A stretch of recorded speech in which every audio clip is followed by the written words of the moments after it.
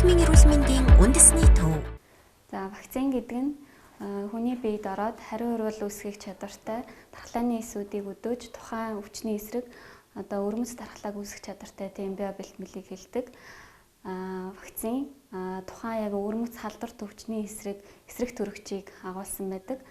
Вакцинд хариулснаар тухайн хүний биед эсрэг төрөгчүүд нь нэвтэрч хүний биед эсрэг төрөгч өрмөц эсрэг биетүүд үүсэж эхэлдэг.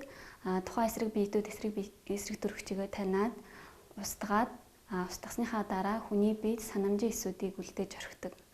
Дараагийн удаад тухайн халдварт өвчнөд өртөх үед эсрэг биетүүд нь маш хурдан хугацаанд халдварт өвчнийг таниад дархлааны эсүүдээ өдөөгөөд тухайн өвчнөөр өвчлөхгүй өвчлсөн ч хүндрэх эрсдэл маш багатай тийм болгож өгдөг.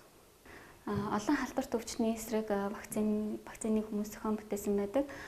Монгол улсад 10 гаруй халдварт өвчний эсрэг 6 төрлийн вакциныг улсын дархлаажуулалтын дагуу эргэлдэг.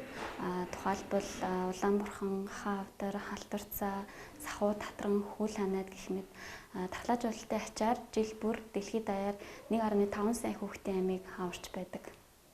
Нийгмийн эрүүл мэндийн үндэсний төв.